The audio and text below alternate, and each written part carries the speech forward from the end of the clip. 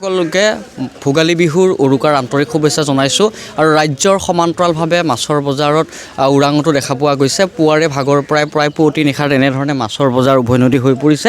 চৰকাৰে বান্ধি দিয়া যিসমূহ দাম আছে আচলতে মূল্য, সেই মূল্যতকৈ সম্পূৰ্ণ কম দামত ইয়াত মাছৰ বজাৰত এতিয়া মাছ উভৈনদী হোৱাটো পৰিলক্ষিত হৈছে।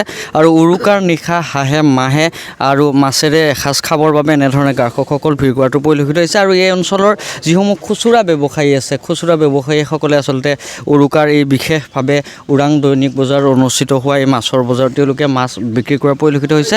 আৰু গ্ৰাহকসকলকো পুৱাৰে ভাগৰ পৰা এনেধৰণে মাছ ক্ৰয় কৰিবলৈ ওলাই অহাটো পৰিলক্ষিত হৈছে যে প্ৰতি বছৰে এই ওৰাং দৈনিক বজাৰত এটা বিশেষভাৱে বহু মাছ আহে। বৰচলাৰ অঞ্চলৰ পৰা আৰম্ভ কৰি অসমৰ ভিন্ন প্ৰান্তৰ মাছৰ সমাগম এই ওৰাং দৈনিক বজাৰত হয় উৰুকাৰ নিশা। দাদা, প্ৰথমে উৰুকাৰ শুভেচ্ছা জনাইছোঁ। আৰু মাছৰ বজাৰ কি ল'লে বৰ্তমানলৈকে? ধন্যবাদ আপোনালোককো। এই ওৰাং মাছ বজাৰৰ পৰা প্ৰতিদিন টাইমৰ সমূহ বিষয়ববীয়া কৰ্মকৰ্তাৰ লগতে সমগ্ৰ অসমবাসীক আমি নেমচৰ তৰফৰ পৰা আৰু এজন ক্ৰেতা হিচাপে আজি ভোগালী বিহুৰ শুভেচ্ছা জনাইছোঁ। মাছ ল'বলৈ আহিছোঁ, বিহু আহিছে আৰু বিহু আহিলে সকলোতকৈ ডাঙৰ মাছটো ল'ব মন যায়। সেয়া ৰাইজৰ লগত আজি মাছ লৈ আছোঁ আৰু আছে ঘৰতে মাছে মঙহে হাঁহ কুকুৰা সকলোৱে মিলিজুলি আজি খাম। আৰু কিমান ডাঙৰ মাছ আহিছে এইবাৰ? ওৰাঙত এতিয়ালৈকে 12, 13, 14 এনেকুৱালৈকে আহিছে আৰু আমি দেখিবলৈ পাইছোঁ। সেয়াই আৰু তো বিক্ৰেতাসকল আছে তেওঁৰ পৰা জানিব বিচাৰিম কি আনিছে আজি স্পেচিয়েল? চিতল আনিছোঁ, বিৰগেট আনিছোঁ, বাহু আনিছোঁ। ৰেট কেনেকুৱা আগত কৰি? ৰেটটো সৰুটো সৰু দাম, ডাঙৰ হ'লে ডাঙৰ দাম। আৰু এতিয়া কিমান গ'ল আপোনাৰ? এতিয়া আপোনাৰ এইটো ভকুৱাটো আছে আপোনাৰ 700 টকা কেজি, ডাঙৰটো।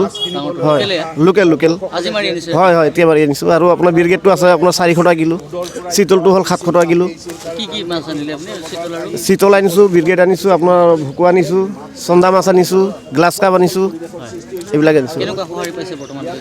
এতিয়াতো বৰ্তমান আহিছে মাত্ৰ, গম পোৱা নাই আৰু অলপ পিছত গম পোৱা যাব। আৰু নিশ্চিতভাৱে আচলতে পুৱাৰে ভাগৰ পৰা এনেধৰণে এই ওৰাং দৈনিক আজি মাছৰ বজাৰ আছে। মাছৰ বজাৰ উৰুকাৰ বিশেষভাৱে এনেধৰণে ভিন্ন প্ৰান্তৰ পৰা মাছ অহা পৰিলক্ষিত হৈছে।